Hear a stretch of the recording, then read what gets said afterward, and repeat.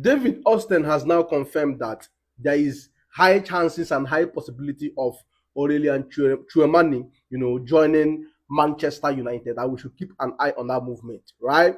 This is going to be a very good signing.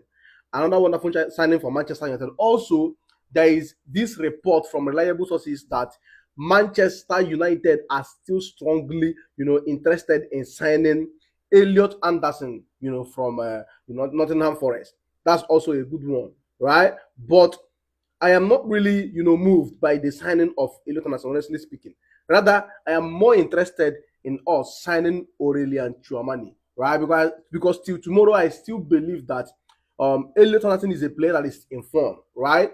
I don't see that class in him. Rather, I see more class in Carlos Baleba. I don't know if I'm making sense, bro, but that's what I feel. That is my personal opinion. That is what I think. What do you think about, Carlos Baleba and Elliot Anderson? Which of them will you go for if you are to go for class, right? And class is permanent. Then moving on to Aurelien Tchouameni. This guy will bring a lot of good things to Manchester United, right? Yes, he will make our midfield look very, very strong and also busy, but will not make it look, perfect like when we have Casemiro, right? That is why I will also suggest that our club should please consider looking at the way of, Sandro Tonali of Newcastle United, right? I have always said it that this guy, is the perfect replacement of Casemiro and more. I added that and more because he has pace, which Casemiro does not have. Right?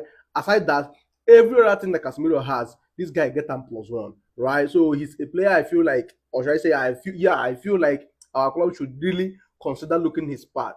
Right? Yeah, I understand that his fee might be on the high side for us because Manchester United will not overpay for any player, right? I have been hearing these things for the past couple of summer transfer windows, and they have really maintained that particular rule of theirs, right? But I feel like Sandro Tonali is what at least a try.